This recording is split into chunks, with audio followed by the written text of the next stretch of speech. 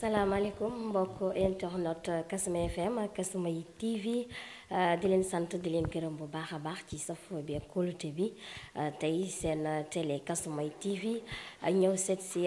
femme boo xamante ni macha allah kenn du ko woon Casamance wala Sénégal woon nga këpp dama koy bàyyi rek moom mu présenté wu maman asalaamaaleykum. asalaamaaleykum maa ngi leen di nuyu yéen ñëpp waa Kasumay FM ak seeni auditeurs yëpp. man maa ngi tudd madame Thiam Ndeye Marie Diédhiou may présidente du conseil d'administration plateforme des femmes pour la paix en Casamance. maman Ndeye Marie Thiam ñu méngaleeg li nga xamante ni moo di 8 mars ku wax 8 mars di journée internationale de la femme kan mooy Ndeye Marie Thiam. li ñu war a wax ki man bariwul juste que man militante la commencé naa ko ba may xale 10 ans maa ngi woon ki mouvement de jeunesse yi ma màgg dans les mouvements de jeunesse ba ma demee ba nekk une adolescente continuer encore dans les mouvements de jeunesse avec la jeunesse étudiante catholique ma jógee fa nekk jàngalekat ba may jàngale aussi may militer ki syndicat yi ma bokk di combattre injustice combat wu injustice moom dama ko def sacerdoce loolu moom ma yóbbu loolu nag ça m'a coûté cher en tant que syndicaliste ça m'a coûté cher ma jógee fa ma boole syndicat bi ak mouvement de jeunesse yi ak les mouvements de femmes noonu ma bokk ki mu association de femmes yu bare Action pour la femme en Casamance ma nekk fa présidente les mères éducatrices de Fawe ma doon fa présidente également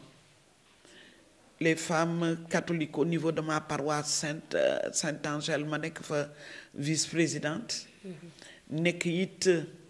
dans d'autres organisations le comité de lutte contre les violences faites aux femmes ma nekk fa secrétaire général bokk ci réseau Siggil Jigéen bokk ci organisme Soroptimiste bokk ci mouvement de femmes association de femmes yu bari bokk COSEF kii laa bokk donc organisation de femmes yu bari bokk naa ci di ci militer ñii ma am fa ay postes de responsabilité yeneen yi ma nekk fa membre simple voilà kii lan laa liggéey ba léegi may jàngalekat ma am carrière wu 25 ans dans l'enseignement créé à la main ca laa jógee jigéen ñi élire ma comme coordonnatrice régionale du comité consultatif de la femme jógee ci comité consultatif de la femme jógewu ma fa sax maa nga fa ba léegi nekk coordonnatrice sous plateforme des femmes en 2010 bi jigéen ñi décidé ne dañuy boole seeni doole liggéey ensemble pour le retour de la paix en Casamance jigéen ñi jël seen plateforme des femmes dënk ma ko ginnaaw yàlla donc ca laa ne ba léegi depuis 2010 ak tey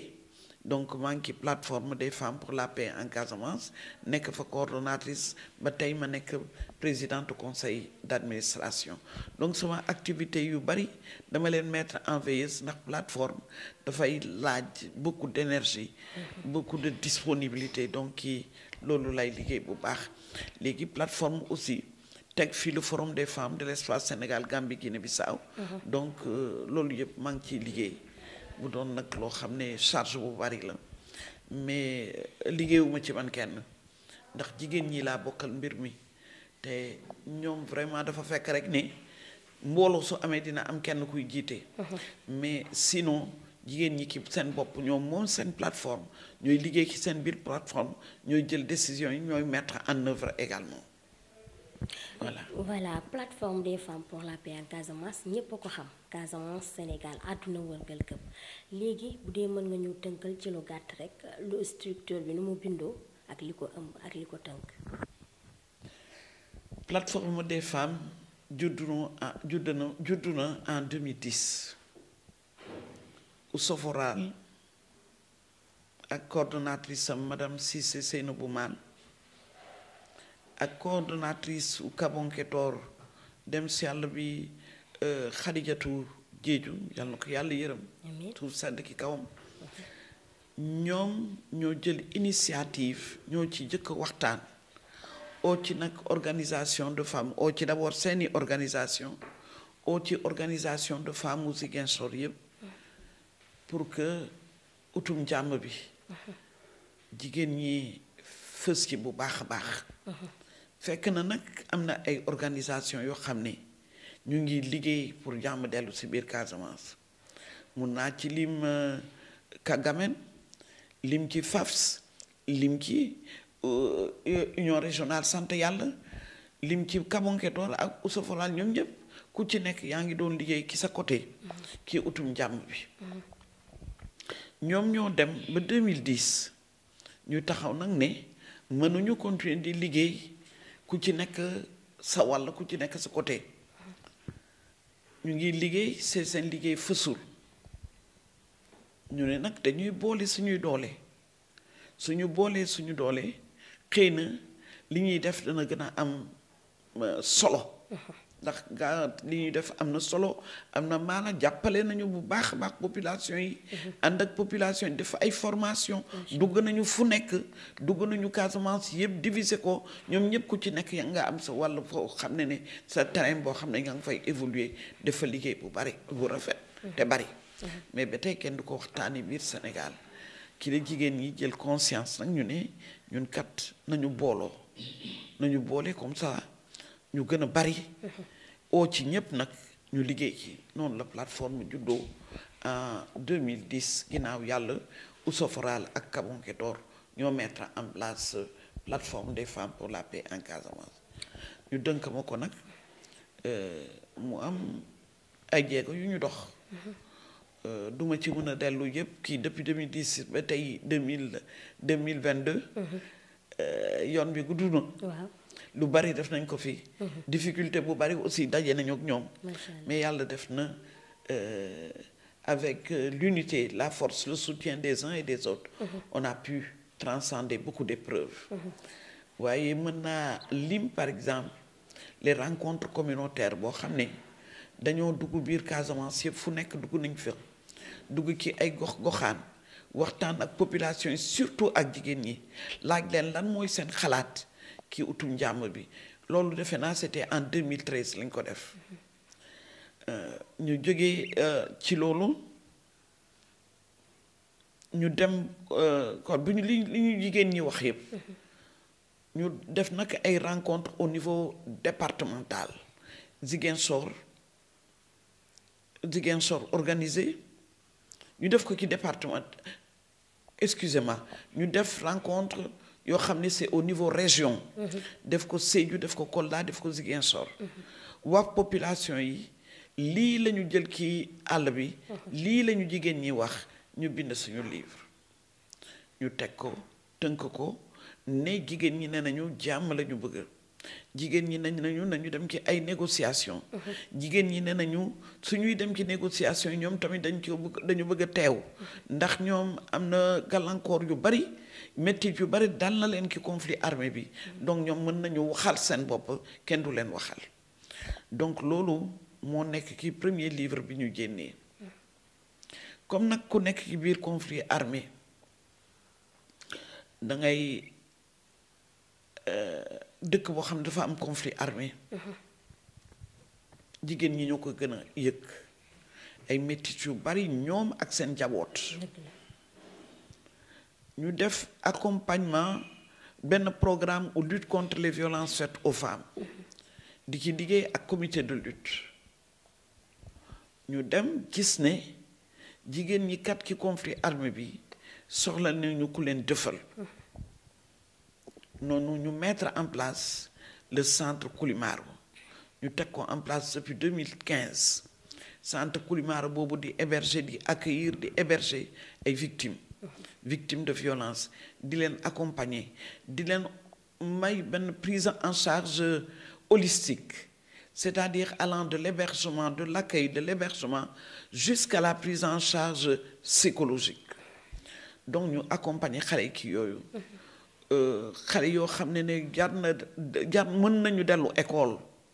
malgré li leen dal te defar nañ leen ba mu baax xel bi dellu si na ki ñoom ak yooyu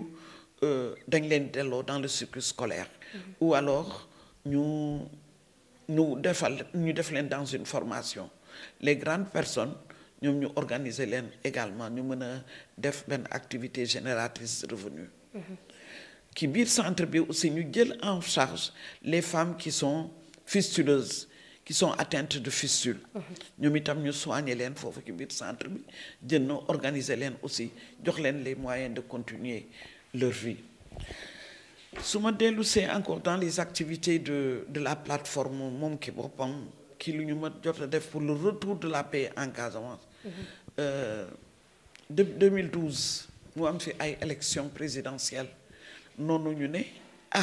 nit ñi mënuñu ay candidats mënuñu jógee fu ne dañu bëgg a nekk président de la République du Sénégal te fekk ñun ñu am suñu problème mu bopp te waxuñu lan mooy seen programme pour que jàmm dellu si biir Casamance. candidat bu ñuy présenté programme bu gën a pertinent pour la Casamance kooku la ñuy voté ñun. 2012 mu amee candidats yu fi ñëw 10 candidats la ñu woon en 2012 sur les 10 on a reçu 9 candidats. Deuxième tour bi ñëw ñu recevoir les deux candidats yi dem deuxième tour ñu continuer ki suñuy activité ñu ne nag conflit bi du conflit Casamance conflit Sénégal la mënuñu nag ñiy wax nit ñi dëkk ki yeneen région quasiment xamuñu sax lu xew biir Casamance xamuñu sax conflit bi xamuñu lu fi xew ñu ne nag ñun dañuy dem ba Dakar fekk fa président de la République oo jigéenu Sénégal yëpp ñëw ne leen conflit bi kat conflit Sénégal la du suñu bos kon nag ñun ñëpp ñooy war a bokk autre solution noonu ñu organiser à Dakar je pense que c'était en 2016 benn symposium bi nag ñu oo fa ñëpp délégation yi jógee nañu dans les 14 régions du Sénégal organisation société civile yi yëpp fekk si ñu les guides religieux yu si ñu ñëpp ñëw toog ak ñun mooy la famille omarienne la famille Sy les mourides le clergé catholique ñëpp yu si ñu def symposium bi à Dakar au CICER ñëpp ñëw si premier ministre à l'époque Aminata Touré ñëw également ci symposium boobu mu doon benn événement bu mag boo xam ne dañ cee waxu Casamance demander à la société civile nañoo impliqué wu pour résolution du conflit en Casamance. En 2019 ñu organiser la convergence nationale. Convergence nationale pour fàttali encore président de la République ni conflit mu ngi nii Casamance dañu cee bëgg solution bu urgente ñu woote waat Sénégal yëpp ñu dajeeti Dakar encore ñu def marche bi dem place de l'Obélisque fekk na ñun bind nañu beneen livre bu bees encore jënd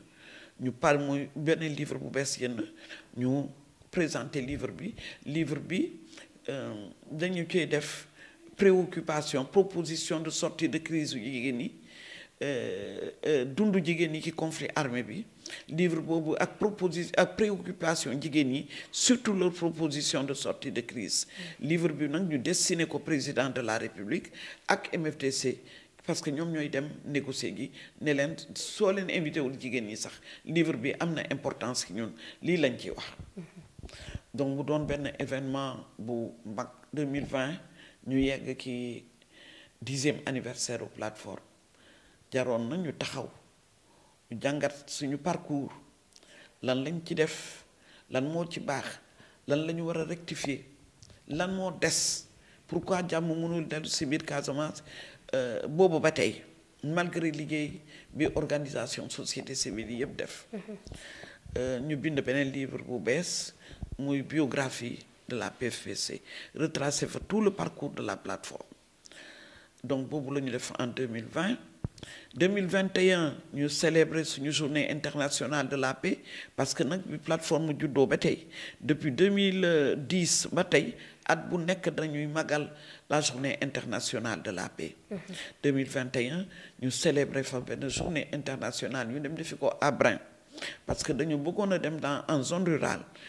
célébrer ko foofu avec les femmes du monde rural parce que plaidoyer bi porté woon na sur le déminage humanitaire. Donc ñu dem foofu defe ko fa. 2022 ñu yegg si avec les élections locales. ñu organiser benn campagne de sensibilisation parce que avant élection locale yi sax en mars événement yi fi xewoon au Sénégal. mu marqué Sénégal mu doon métti tiis bu mag pour sénégalais yi. ñun kat dañu jóg aussi wax ci. ba ñu organiser benn sitting blanc fii en Casamance boobu délégation yi Casamance rek a ñëw. élection locale yi di ñëw ñuy yëg ay wax yoo xam ne daf ñu jaaxal tiital ñu. ñu ne kat ñun duñu toog ba mbir yi di daanu suñu kaw. dañ ciy jóg wax ko parce que suñu doom yi encore ñooy des ci mbir mi. ñu organiser benn campagne de sensibilisation pour des élections apaisées en Casamance. dem fekk les guides religieux waxtaan ak population yi waxtaan ak délégués de quartier yi aux coalitions de partis waxtaan ak ñoom les responsables des coalitions de partis waxtaan ak ñëpp waxtaan ak population de la Casamance waxtaan avec les candidats ne leen nous sommes des citoyens nous voulons aller voter mais voter dans la paix et dans la tranquillité et la sécurité. mu doon campagne boo xam ne ça a duré 2 mois par la grâce de Dieu ñu yegg ci élection yi tout s'est bien passé en Casamance. dëgguñu violence fenn résultats yi génn nañu population yi aussi nangu résultats yi yaakaar nañu ne ginnaaw yàlla ñu ne suñu loxo dugg na ci donc en résumé très rapidement loolu laa mën a wax ki les grandes lignes des activités de la plateforme des femmes. amu ngoog ñu ngi koy woy ba léegi lan moo waral soxna yi di màggal journée internationale des droits de la femme 8 mars. léegi nag ñu yegg si chaque année aussi ginnaaw ñaari at yi am Covid lañ ko célébré wul journée internationale de la femme c'est un événement mondial partout dans le monde entier